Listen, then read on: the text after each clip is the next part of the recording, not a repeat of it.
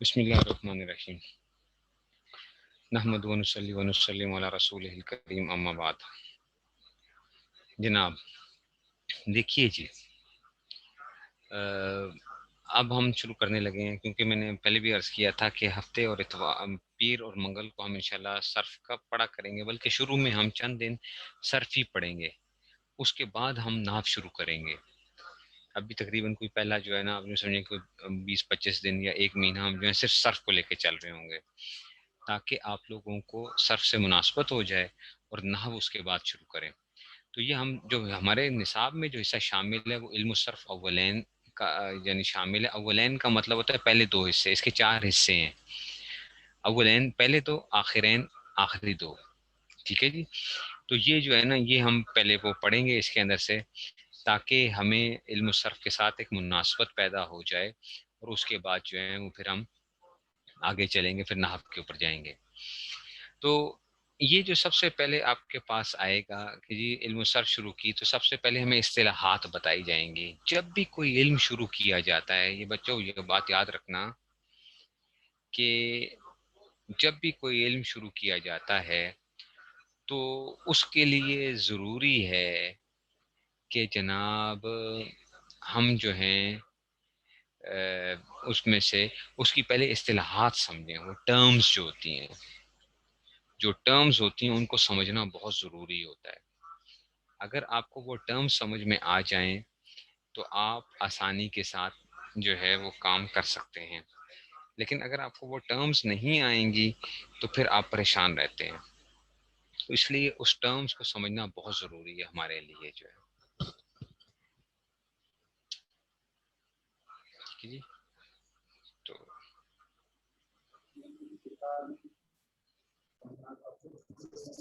تو اب ہم سب سے پہلے ٹرمز شروع کریں گے کہ جناب ٹرمز کون سی ہیں۔ اس میں سے تو کہتے ہیں بسم ہی سبحانہ و تعالی حامدن و مسلیم۔ علم الصرف کی تعریف، علم الصرف کی تعریف کیا ہے یہ سب سے پہلے آپ کو بتایا جائے گا کہ علم الصرف وہ علم ہے جس سے صیغوں کی پہچان حاصل ہوتی ہے اور لفظوں کو گرداننے کا طریقہ اور ایک صیغے سے دوسرا صیغہ بنانے کا قاعدہ معلوم ہوتا ہے۔ فائدہ اس علم کا فائدہ یہ ہے کہ الفاظ کو صحیح طور پر پڑھنا آ جاتا ہے۔ اچھا، ابھی آپ کو صرف تعریف بتائی جا رہی ہے کہ تعریف کیا ہے اس کی، کہ جناب عالی علم الصرف وہ علم ہے صیغوں کی پہچان۔ صیغہ کیا ہوتا ہے؟ بیسیکلی لفظ ہوتا ہے، آپ نے لفظوں کو پہچاننا ہوتا ہے۔ صرف آپ کیا کرے گی؟ ان لفظوں کو پہچاننے کا طریقہ وہ کریں گے، اور لفظوں کی گردان کیسے بنائی جاتی ہے، اس کو آپ کیسے اس کے اندر چینجز لے کر آتے ہو، یا ایک صیغے سے ایک لفظ سے دوسرا لفظ بنانا ہے تو کیسے بنانا ہے، صرف آپ کو یہ سکھائے گی۔ مثال کے طور پہ میں آپ کو کہتا ہوں کہ جناب علی ہوا یہ کہ آپ کہنا چاہتے ہو کہ ایک آدمی نے مارا، ایک آدمی نے مارا، تو آپ کہتے ہو کہ جناب ضربہ، ضربہ ایک آدمی نے مارا، ٹھیک ہے۔ یہ کیا ہوگا اس میں سے کہ یہ ایک آدمی کے بارے میں، مارنے کے بارے میں ہم بات کر رہے ہیں کہ جی یہ ضربہ ایک آدمی نے مارا ہے۔ لیکن اگر اسی لفظ کو آپ یوں کہنا چاہتے ہیں کہ 2 آدمیوں نے مارا، اب یہ ہم کیسے وہ کریں گے؟ اس کے لیے کیا ہمارے پاس صرف جس کو آتی ہوگی ہوگا کر لے گا، وہ کہے گا کہ جناب علی اس کے لیے کیا کرو، اس کے آخر میں الف بڑھا دو، ہم پڑھیں گے بھی اس میں سے ضربہ۔ تو اب کیا ہوا، ایک تو صیغوں کی پہچان حاصل ہوتی ہے، اگر ضربہ ہوگا تو اس کا مطلب ہے کہ ایک آدمی مارنے والا ہے، یہ لفظ ہے، یہ دوسرا لفظ ہے ضربہ۔ تو ایک تو ہوا صیغوں کی پہچان، اور لفظوں کو گرداننے کا طریقہ۔ گردان کا مطلب یہ ہوتا ہے کہ آپ اس کے اندر اس کے جو کرنے والے ہوتے ہیں یا اس کو کیسے اس کو آگے پڑھنا ہے، فائل کے اعتبار سے اس کے فائل چینج ہو رہے ہیں تو اس کو ہمیں وہ کریں گے، گردان بنانا جو ہے۔ اور ایک صیغے سے دوسرے صیغہ بنانے کا قاعدہ معلوم ہوتا ہے کہ صیغہ بنے گا کیسے۔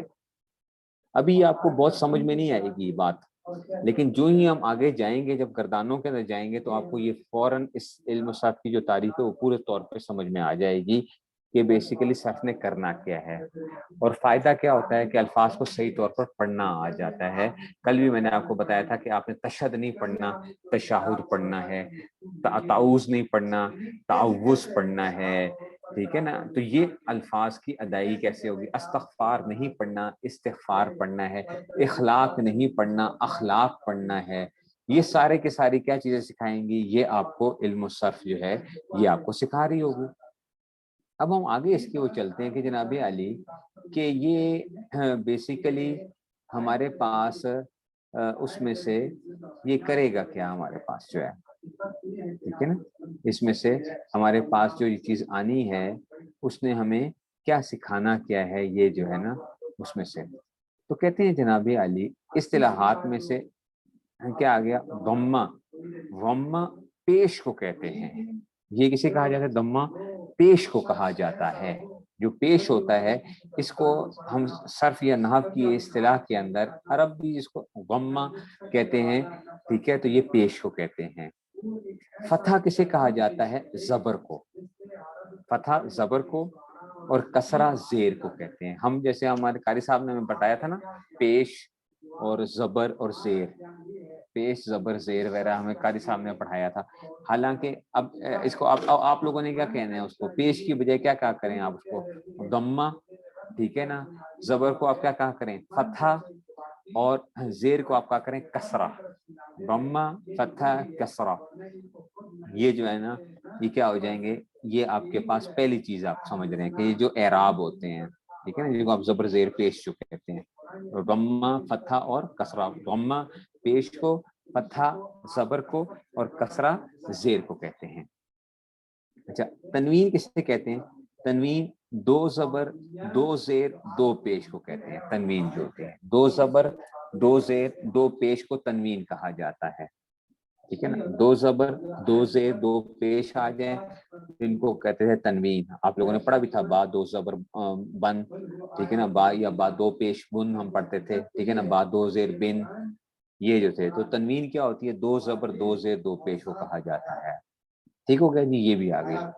اچھا، حرکت، زبر زیر پیش کا نام کیا ہوتا ہے؟ حرکت ہوتا ہے۔ زبر زیر پیش کا نام کیا ہے؟ حرکت ہے۔ ان کا ایک جنرل نیم، زبر زیر پیش کا جنرل نیم کیا ہوتا ہے؟ اس کو کہتے ہیں حرکت۔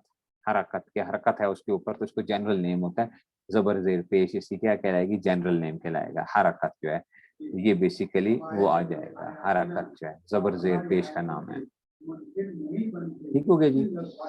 آگے چلتے ہیں جناب علی، سکون اور جزم۔ سکون اور جزم کیا ہوتا ہے؟ حرکت نہ ہونے کو کہتے ہیں۔ سکون اور جزم کیسے کہتے ہیں؟ حرکت نہ ہونے کو۔ آپ جو کہتے ہیں نا یہ چیز سکون یا جزم کہ اس میں سے، تو یہ کیا ہوتی ہے؟ اس حرکت نہ ہو، کسی پہ زبر زیر پیش نہ ہو، تو وہ کیا ہوگا کہ جی اس پہ ہم کہتے ہیں اس میں جزم آئی ہوئی ہے، جزم، جزم، تو سکون اس کو کہا جاتا ہے۔ اگلی اصطلاح ہے تشدید کی۔ ایک حرف کو دو بار، تشدید کیسے کہتے ہیں؟ ایک حرف کو دو بار، پہلے کو سکون اور دوسرے کو حرکت کے ساتھ پڑھنا۔ ایک حرف کو دو بار، پہلے کو سکون اور دوسرے کو حرکت کے ساتھ پڑھنا، جیسے کہ ارضا، ارضا، تو یہ کیا آ گیا کہ پہلے کو آپ نے کیا کیا؟ یہ اصل میں دو وہ تھے، ٹھیک ہے نا، یہ دو ایسے ہیں۔ تشدید کا کیا مطلب ہے؟ یہ دو حرکتیں ہیں، ارضا، ٹھیک ہے نا، دیکھو یہ ہے، اصل میں یہ تھا، ٹھیک ہے نا، ایسے میں یہ تھا، یہ پہلا کو سکون کے ساتھ، ایک حرف کو دو بار، پہلے کو سکون اور دوسرے کو حرکت کے ساتھ پڑھنا۔ تو اس کو ہم کیا کر لیتے ہیں؟ اس طرح لکھنے کی بجائے کیا کر لیتے ہیں؟ شد کے ساتھ لکھ دیتے ہیں ڈائریکٹلی جو ہے، شد کے ساتھ۔ یہ کیا ہوتی ہے؟ تشدید کہلاتی ہے۔ یہ جو ہے یہ تشدید، ایک حرف کو دو بار، پہلے کو سکون کے ساتھ دوسرے کو حرکت کے ساتھ پڑھنا۔ جیسے کہ اگر آپ کو کہتے ہیں جناب علی، ٹھیک ہے نا، کوئی بندہ کہتا ہے مدہ، مدہ، مد دا، کھینچا اس نے، مدہ، یہ کیا ہے؟ اس کو لکھ ایسا تھا، اس کو آپ اکٹھا لکھ دیتے ہیں یوں کر کے آپ، مدہ۔ تو ایک پہلے دال ساکن پڑھا، پھر دال متحرک پڑھا۔ دال ساکن کا مطلب کہ دال پہ حرکت کے ساتھ، مد دا، مد دا، ٹھیک ہے۔ تو کیا ہوا؟ ایک حرف کو دو بار پڑھا نا، پہلے کو ساکن پڑھا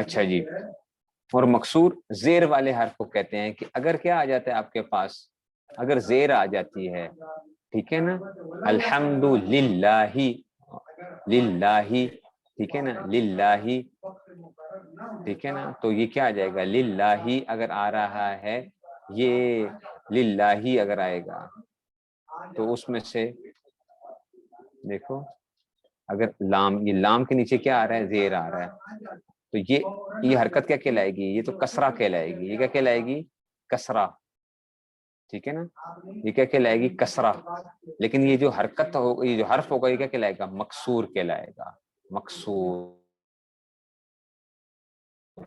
سمجھ آئیے؟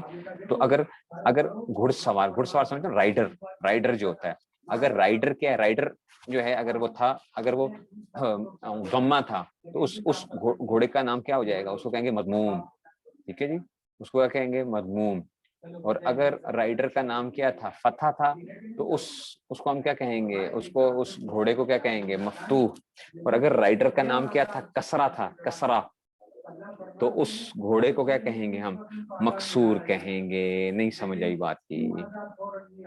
کچھ سمجھ میں آئی ہے کہ کچھ سمجھ نہیں آئی؟ نہیں سمجھ آئی؟ ٹھیک ہے، تو یہ آپ نے کرنا ہے، یہ آپ نے رٹے لگانے ہیں، اچھا، یہ آپ نے رٹے لگانے ہیں، اچھا۔ ابھی تک کیا پڑھایا، ضمہ کسے کہتے ہیں، پیش کو کہتے ہیں، فتح زبر کو کہتے ہیں، کسرہ زیر کو کہتے ہیں، تنوین دو زبر دو زیر دو پیش کو کہتے ہیں، حرکت کیا ہوتا ہے ان کا ایک جنرل نیم ہے، حرکت کیا ہے، جنرل نیم ہے، زبر زیر پیش کا ایک جنرل نیم کیا ہوتا ہے، حرکت ہوتا ہے، ٹھیک ہے نا۔